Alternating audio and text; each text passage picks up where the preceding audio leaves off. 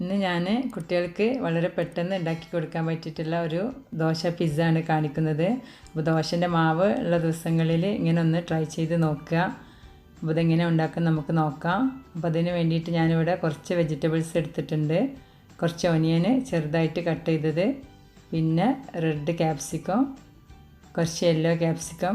അപ്പോൾ green capsicum ഉണ്ടെങ്കിൽ അത് നിങ്ങൾക്ക് എടുക്കാം, അപ്പോൾ നല്ല കളർഫുൾ ആയിരിക്കും. കുറച്ച് ഒലീവ്സ് എടുത്തിട്ടുണ്ട്. പിന്നെ ദോശ പിസ്സയ്ക്ക് ആവശ്യമുള്ള മൊസറല്ല ചീസ്, പിന്നെ പിസ്സ സോസ് വേണം. ഇതില്ലെങ്കിൽ ടൊമാറ്റോ സോസ് എടുത്താലും മതി.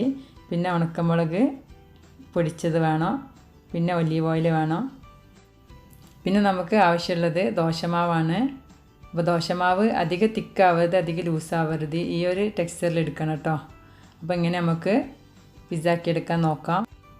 പാന് ഞാനൊരു മീഡിയം ഫ്ലെയിമിലിട്ടിട്ട് ചൂടാക്കിയിട്ടുണ്ട്. എന്നിട്ട് ടിഷ്യൂ കൊണ്ടൊന്ന് വൈപ്പ് ചെയ്ത് കൊടുക്കുക.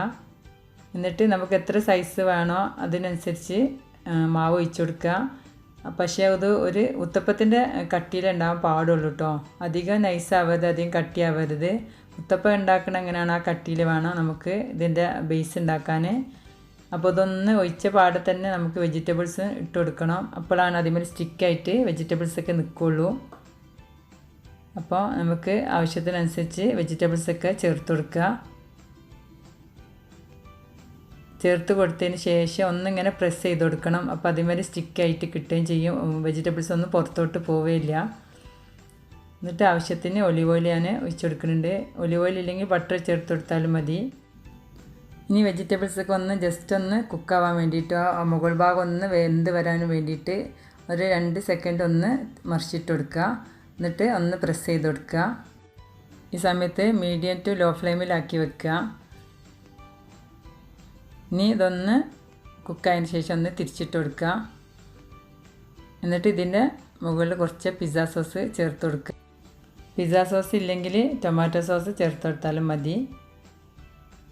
ഇനി ഇതിൻ്റെ മുകളിലോട്ട് കുറച്ച് ഉണക്കമുളക് പൊടിച്ചത് ചേർത്ത് കൊടുക്കുന്നുണ്ട്. ലേശം ചേർത്ത് കൊടുത്താൽ മതി. ഇനി ആവശ്യത്തിന് മൊസറല്ല ചീസ് വേണം. അപ്പോൾ എത്ര ചീസ് വേണോ അതിനനുസരിച്ച് സ്പ്രെഡ് ചെയ്ത് കൊടുക്കുക. കുറച്ച് പിസ്സാൻ്റെ ഫ്ലേവർ ഇട്ടാൻ ഒറിഗാനോ ചേർക്കുന്നുണ്ട്.